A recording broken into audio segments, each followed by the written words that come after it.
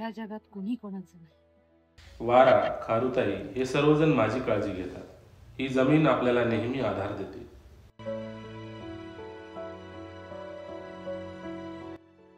माणसं कधीच समजून घेत नाही। बाळा, समजून घेणं ही कला आहे आणि प्रत्येक जण कलाकार नसतो। इथे प्रत्येक जण उजेडाच्या शोधात फिरतो आहे। पण माझ्या जीवनात सगळाच अंधार आहे।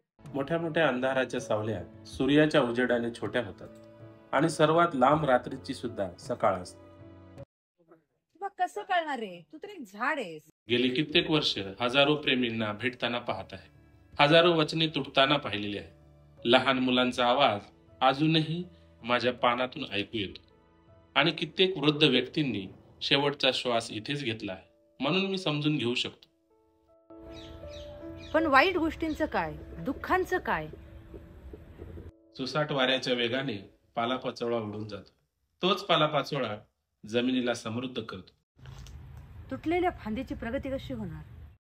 प्रत्येक वाळलेलं पान जमिनीत मिसळते आणि जमिनीला समृद्ध करून ठेवते। डोळ्यातून येणारा प्रत्येक अश्रू भविष्य मजबूत करतो।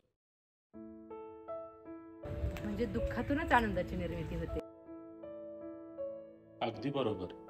पण बदल हा निसर्गाचा नियम आहे। कधी उजेड असेल तर कधी पावसाचे काळे ढग असतील। पण तू आणि मी यातून पुढे जाऊ।